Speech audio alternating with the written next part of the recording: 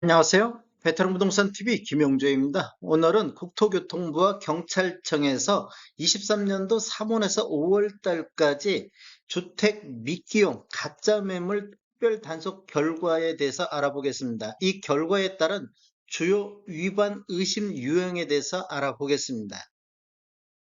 주요 위반 의심 유형 살펴보겠습니다. 첫 번째로 부당한 표시 광고 유형이 되겠습니다.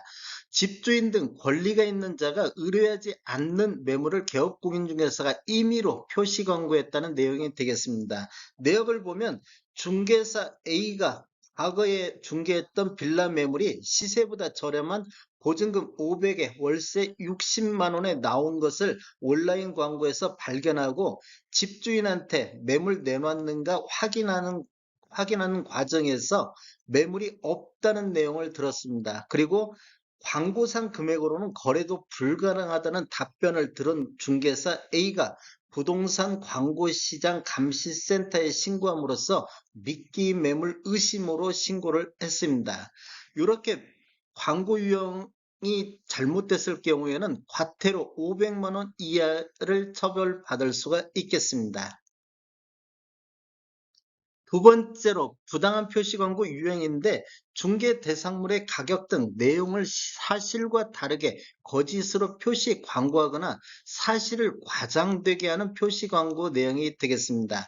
내용을 한번 보면 융자금이 없는 안전한 매물을 찾던 C는 마음에 드는 전세 매물을 발견하고 해당 매물을 거래하기 위해서 중개사무소를 방문해서 중개사에게 등기부 등본을 요청한 결과 건물의 융자금이 1억 8,200만 원이 있다는 사실을 확인한 후에 광고가 사실과 다르다는 내용을 부동산 광고시장 감시센터에 신고해서 나왔습니다. 즉, 첫 번째 광고할 때는 융자금이 없다고 전세 광고 매물이 나왔는데 확인 결과, 등기부 등본 확인 결과 융자금이 1억 8,200만 원이 존재해서 거짓 광고 의심으로 신고가 됐습니다. 즉, 이렇게 되면 과태료 500만 원 이하에 처해지게 되겠습니다.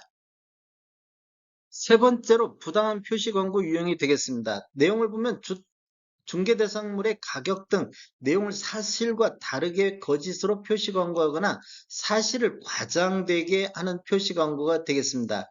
내용을 보면 주택 전세자금 대출을 받아 이사할 계획인 D씨는 단독주택을 알아보던 중 마음에 드는 매물 광고를 확인했습니다. 그래서 주택 전세자금 대출을 받기 위해서 건축물 대장을 찾아본 결과 광고의 건축물의 용도가 단독주택이라고 되어 있는데 실제 용도는 제2종 근린생활시설 사무소라든지 이런 것이 돼 있어서 내용과 다르기 때문에 매물 볼 때는 단독주택 매물로 확인됐는데 건축물 대장 확인 결과 제2종 근린생활시설이어 가지고 거짓 광고 의심이 돼서 부동산 광고시장 감시센터에 신고해서 이렇게 주요 위반 의심 유형이 됐습니다. 이렇게 위반할 경우에는 과태료 500만 원 이하에 처해지게 되겠습니다. 네 번째로 광고 주체 위반 유형이 되겠습니다. 무자격 중개인, 분양사업자 등 개업 공인중개사가 아닌 자가 중개 대상물에 대한 표시 광고하는 경우가 되겠습니다. 내용을 보면 전세 매물을 찾던 이는 포털 사이트를 검색을 통해서 분양 홈페이지에서 신축 빌라 분양과 전세를 동시에 진행하는 매물 광고를 발견했습니다. 그래서 인터넷을 통해서 개업 공인중개사가 아닌 무자격자는 매물 전월세 및 매매 광고를 할 수 없다고 한 기사가 기억난 후에 이 씨는 홈페이지에 중개인의 연락처를 활용해서 국가공간정보 포털 및 한국공인중개사 협회를 조회를 해봤는데 해당 연락처 및 중개인 성명은 확인되지 않아 해당 광고가 무자격자의 광고로 추정하고 이를 부동산 광고시장 감시센터에 신고했습니다. 내용을 보면 분양사업자가 홈페이지에 매물 광고를 업로드했습니다.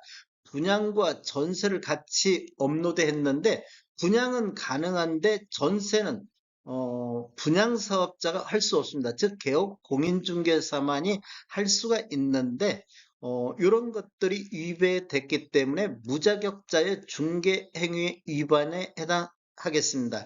이러한 경우에는 1년 이하의 징역 또는 1천만 원 이하의 벌금에 처해지게 되겠습니다.